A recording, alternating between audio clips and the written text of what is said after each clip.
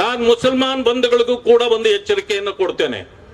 ಅವರು ನನ್ನವರು ಅಂತೇಳಿ ನೀವೇನಾದ್ರೂ ಮನೆಯಲ್ಲಿ ಸೇರಿಸ್ಕೊಂಡ್ರೆ, ಈಗ ನನ್ನ ಸ್ನೇಹಿತರೊಬ್ರು ಮಾತಾಡ್ತಾ ಹೇಳಿದ್ರಲ್ಲ, ನಾಗರಾವನ್ನ ತಂದು ನಿಮ್ಮ ಮನೆಗೆ ಬಿಟ್ಕೊಂಡಂಗೆ. ನಿಮಗೆ ಬೇಕಾ ಬಿಟ್ಕೊಳ್ಳಿ, ಆಮೇಲೆ ನಾವು ಓಡಿಸ್ತೀವಿ ನಿಮ್ಮಿಂದ ಆಗದಿದ್ರೆ. ಆದ್ರೆ ಈ ಮೂಲಕ ರಾಜ್ಯದಲ್ಲಿರ್ತಕ್ಕಂಥ ಸರ್ಕಾರಕ್ಕೆ, ಮಾನ್ಯ ಮುಖ್ಯಮಂತ್ರಿಗಳಿಗೆ ಈ ವೇದಿಕೆಯಿಂದ ನಾನು ಎಚ್ಚರಿಕೆಯನ್ನು ಕೊಡ್ಲಿಕ್ಕೆ ಬಯಸ್ತೇನೆ. ನುಸುಳುಕೋರರು ಯಾರೇ ಇರಬಹುದು, 23 ಲಕ್ಷ ಅಂತಂದ್ರೆ ಚಿಕ್ಕಮಗಳೂರಿನ ಕಾಫಿ ತೋಟಗಳಲ್ಲೂ ಇದ್ದಾರೆ, ಕೊಡಗಿನ ಕಾಫಿ ತೋಟಗಳಲ್ಲಿದ್ದಾರೆ, ಮಂಗಳೂರು ಭಾಗದಲ್ಲಿದ್ದಾರೆ, ಬೆಂಗಳೂರಲ್ಲಂತೂ ತುಂಬಿ ಹೋಗಿದ್ದಾರೆ. ಯಾವ ಹೋಟೆಲ್ಗೆ ನೀವು ಹೋಗ್ರಿ, ಕನ್ನಡ ಮಾತಾಡೋರು ಇಲ್ಲವೇ ಇಲ್ಲ. ಅವರೆಲ್ಲ ಎಲ್ಲಿಂದ ಬಂದ್ರು ಅಂದ್ರೆ ಅವರೆಲ್ಲ ನುಸುಳ್ಕೋರ್ರೆ. ಇವರನ್ನೆಲ್ಲ ಹೊರಹಟ್ಟುವ ಕೆಲಸವನ್ನ ನೀವು ಮಾಡ್ರಿ. ನೀವು ಅವರನ್ನ ಹೊರಹಟ್ಟಲಿಲ್ಲ ಅಂದ್ರೆ ನಮ್ಮ ಕರ್ನಾಟಕದ ಜನರು ಸೇರಿ ನಿಮ್ಮ ಸರ್ಕಾರ ಮತ್ತು ನಿಮ್ಮನ್ನ ಹೊರಹಟ್ಟತಕ್ಕಂಥ ಕಾರ್ಯವನ್ನ ಮಾಡೇ ಮಾಡ್ತಾರೆ ಅಂತಕ್ಕಂಥ ಮಾತನ್ನು ಹೇಳ್ತೇನೆ. ಇವತ್ತು ರಾಜ್ಯದಲ್ಲಿರ್ತಕ್ಕಂಥ ಗೃಹ ಮಂತ್ರಿಯನ್ನ ಯಾರು ನಂಬಬೇಡಿ, ಅವರು ಕಳ್ಳಾಟ ಆಡ್ತಾರೆ. ಯಾರು ನಂಬಬೇಡಿ. ಅವರು ಕಳ್ಳರ ಕಳ್ಳ, ಅವರು ಬಹಳ ಕಳ್ಳಾಟ ಆಡ್ತಾರೆ. ಹೇಳೋದೊಂದು ಮಾಡೋದೊಂದು. ಆದ್ರಿಂದ ಇವರಿಗೆ ಬುದ್ಧಿ ಕಲಿಸಬೇಕಾದ್ರೆ ನಮ್ಮಲ್ಲಿ ಒಗ್ಗಟ್ಟಾಗಬೇಕು. ನಾವು ಒಗ್ಗಟ್ಟಿನಿಂದ ಹೋರಾಟ ಮಾಡಬೇಕು. ಆ ಮಾಡಿದಾಗಲೇ ಇವರು ಬುದ್ಧಿ ಕಲ್ತ್ಕೊಳ್ತಾರೆ. ಒಂದು ಸಮಯ ಕಲ್ತ್ಕೊಳ್ಳಿಲ್ಲ ಅಂದ್ರೆ ಒಂದೇ ವರ್ಷ ಬಾಕಿ ಇದೆ, ಅವ್ರಿಗೆ ಬುದ್ಧಿ ಕಲಿಸೋ ಕಾಲ ಬಂದ್ಬಿಡ್ತದೆ. ನಮಗೆ 1 ವರ್ಷ ಆದ್ಮೇಲೆ ಅಧಿಕಾರ ನಮ್ಮ ಕೈಯಲ್ಲಿರುತ್ತೆ. ಅದನ್ನ ಅರ್ಥ ಮಾಡ್ಕೊಂಡು ನಾವು ಇವತ್ತಿಂದ ಈ ವಿರುದ್ಧವಾಗಿ ದೊಡ್ಡ ಹೋರಾಟವನ್ನು ಮಾಡೋಣ. ಅವರು ನಮ್ಮನ್ನು ದಾರಿ ತಪ್ಪಿಸುವ ಕೆಲಸ ಮಾಡ್ತಾರೆ. ನಾನು ನಿನ್ನೆ ನೋಡಿದೆ, ಪುನೀತ್ ಕೆರೆಹಳ್ಳಿ ಅವರು ಕರೆದಿರ್ತಕ್ಕಂಥ ಸಭೆಗೆ ಯಾರ್ಯಾರು ಹೋಗ್ತಾರೋ ಅವರನ್ನೆಲ್ಲ ಹೋಗಿ ಪ್ರಚೋದನಕಾರಿ ಭಾಷಣ ಮಾಡಿಬಿಡಬಾರ್ದು, ನೀವು ಮುಚ್ಚಳಿಕೆ ಬರ್ಕೊಡಿ. ಯಾವಂದ್ರಿ ಅವನು ಹೇಳಿದ್ದು? ನಮ್ಮ ಭೂಮಿಯಲ್ಲಿ ನಾವು ಮಾತಾಡ್ಲಿಕ್ಕೆ ನಿನಗೆ ಮುಚ್ಚಳಿಕೆ ಕೊಡ್ಬೇಕಾ? ಬಾಯಿ ಮುಚ್ಕೊಂಡು ಕೊಡ್ಬೇಕು ನೀವು. ಇದಕ್ಕೆಲ್ಲ ನಾವು ಸೊಪ್ಪಾಕೋರಲ್ಲ. ಈಗ ನಾವು ಮಾತಾಡ್ತಾ ಇರೋದೆಲ್ಲನು ಪ್ರಚೋದನಕಾರಿ ಭಾಷಣನ. ನಮ್ಮ ರಕ್ಷಣೆ ಮಾಡ್ಲಿಕ್ಕೆ ನಿಮ್ಮಿಂದಾಗ್ಲಿಲ್ಲ ಅಂದ್ರೆ ನಮ್ಮನ್ನ ನಾವು ರಕ್ಷಣೆ ಮಾಡ್ಕೊಳ್ಳಕ್ಕೆ ನಮಗೆ ಅಧಿಕಾರ ಇಲ್ವಾ? ಇದು ಸಂವಿಧಾನ ಕೊಟ್ಟಿರ್ತಕ್ಕಂಥ ಅಧಿಕಾರ ನಮಗೆ.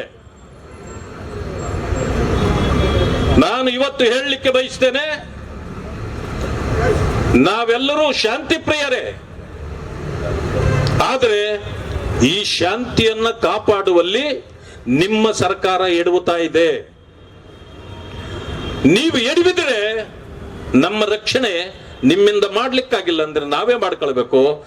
ಆಗ ನಮ್ಮ ರಕ್ಷಣೆಗೆ ನಾವು ನಿಂತಾಗ ಅದು ಶಾಂತಿ ಕದಡಿದೆ ಅಂತೇಳಿ ನೀವು ಅಂದ್ಕೊಂಡ್ರೆ ಅದಕ್ಕೆ ಪ್ರಯೋಜನ ಇಲ್ಲ.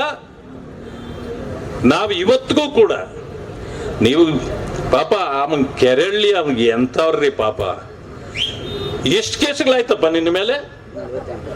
48ನಾ? ಇನ್ನೂ ರೆಡಿ ಆಗ್ತಾ ಇವೆ. 48 ಕೇಸ್ ಆಗಿದೆಯಂತೆ. ಸೆಂಚುರಿನೂ ಮಾಡಿಬಿಡ್ಬೋದು ಈ 1 ವರ್ಷದಲ್ಲಿ ನಿನ್ನ ಮೇಲೆ. ಆದ್ರೆ ನೀನೇನು ಭಯಪಡ್ಬೇಕಾಗಿಲ್ಲ. ನಾನು ನೋಡ್ತಾ ಇದ್ದೀನಿ ನೋಡಿ, ಯಾರಾದರೂ ನುಸುಳುಕೋರರು ಬಂದ್ರೆ ಹೋಗ್ತಾನೆ, ಪಾಪ ಇಂಥ ಕಡೆ ಇದ್ದಾರೆ ಅಂತೇಳಿ ಎಚ್ಚರಿಸ್ತಾನೆ. ಎಚ್ಚರಿಸಿದ್ದನ್ನ ನೀವು FIR. ಒಂದ್ ದೇವಸ್ಥಾನಕ್ಕೆ ಹೋಗಿ ನಮಸ್ಕಾರ ಹಾಕಿದ್ರೆ ಅಲ್ಲೇನೋ ತಂತ್ರಗಾರಿಕೆ ಮಾಡಕ್ ಬಂದಿದ್ದಂತ. ದೇವ್ರ ಹತ್ರ ಯಾರಾದ್ರೂ ತಂತ್ರಗಾರಿಕೆ ಮಾಡಕ್ ಆಗ್ತದ? ಅದಕ್ಕೊಂದು FIR. ಏನು ಭಯಪಡಬೇಕಾಗಿಲ್ಲ, ನಾವು ನಿಮ್ಮ ಜೊತೆಯಲ್ಲಿದ್ದೇವೆ. ಸದನದಲ್ಲೂ ಕೂಡ, ಕೌನ್ಸಿಲ್ನಲ್ಲೂ ಕೂಡ ಈಗ ನಿನ್ನ ಹೆಸರು ಹೇಳಿ ಹೋರಾಟ ಮಾಡಿದ್ದೀವಿ ಈಗಾಗಲೇ. ನಾನು ಬಹಳ ಕಷ್ಟಪಟ್ಟು MLC ಆಗಿದ್ದೀನಿ. ಅರೆ ನೀನು ಏನು ಕಷ್ಟವಿಲ್ಲದೆ ನಿನ್ನ ಹೆಸರನ್ನ ನಾವು ಸದನದಲ್ಲಿ ತಗೊಳ್ತೀವಿ. ನೀನು ಎಷ್ಟು ಪುಣ್ಯವಂತ ನೀನು. ಅಲ್ವಾ? ಆದ್ರಿಂದ ಇಷ್ಟು ಸಂಖ್ಯೆ ಇದಲ್ಲ. ಇಲ್ಲಿ ಬಂದಿರೋರು ಮಾತ್ರ ನಿನ್ನ ಸಪೋರ್ಟರ್ಸ್ ಅಲ್ಲ. ಕರ್ನಾಟಕದಲ್ಲಿ ಪ್ರತಿಯೊಬ್ಬ ಕನ್ನಡಿಗರು ನಿನ್ನ ಜೊತೆಯಲ್ಲಿರ್ತಾರೆ. ಪ್ರತಿಯೊಬ್ಬ ಹಿಂದುತ್ವವನ್ನ ಗೌರವಿಸುವ ಪ್ರತಿಯೊಬ್ಬರು ಕೂಡ ನಿನ್ನ ಜೊತೆಯಲ್ಲಿರ್ತಾರೆ. ನಾವು ಕೂಡ ನಿನ್ನ ಜೊತೆಯಲ್ಲಿದ್ದೇವೆ. ಇಷ್ಟೊಂದು ನಾಯಕರನ್ನ ಇಟ್ಕೊಂಡಿರ್ತಕ್ಕಂಥ ನೀನೇ ಸೌಭಾಗ್ಯವಂತ ನೀನು. ಆದ್ರಿಂದ ಯಾವುದೇ ನಿನ್ನ ಹೋರಾಟ ಇದೇ ರೀತಿಯಲ್ಲಿ ಮುಂದುವರಿಯಲಿ, ನಾವೆಲ್ಲರೂ ನಿನ್ನ ಜೊತೆಯಲ್ಲಿದ್ದೇವೆ ಅಂತೇಳಿ ಹೇಳ್ತಾ, ನನಗೆ ಸಮಯದ ಕೊರತೆ ಇದೆ, ಅದರಿಂದ ದಯವಿಟ್ಟು ಕ್ಷಮೆ ಇರಲಿ. ನಾನು ಹೊರಡೋನಿದ್ದೇನೆ. ಆದ್ರಿಂದ ನಾನು ಬಂದು ಎರಡು ಮಾತಾಡಲಿಕ್ಕೆ ಅವಕಾಶ ಕೊಟ್ಟ ತಮ್ಮೆಲ್ಲರಿಗೂ ವಂದಿಸಿ ನನ್ನ ಮಾತುಗಳಿಗೆ ಮುಕ್ತಾಯ ಮಾಡ್ತೇನೆ. ಜೈ ಹಿಂದ್. ಭಾರತ್ ಮಾತಾ ಕಿ, ಭಾರತ್ ಮಾತಾ ಕಿ, ಭಾರತ್ ಮಾತಾ ಕಿ. ಜೈ ಹಿಂದ್. ನಮಸ್ತೆ ಎಲ್ಲ ನನ್ನ ಪ್ರೀತಿಯ ಕನ್ನಡಾಭಿಮಾನಿಗಳಿಗೆ, ಕಲಾಭಿಮಾನಿಗಳಿಗೆ ನಿಮ್ಮ ಪ್ರೀತಿಯ ಶಿವಾರ ಉಮೇಶ್ ಮಾಡೋ ನಮಸ್ಕಾರಗಳು.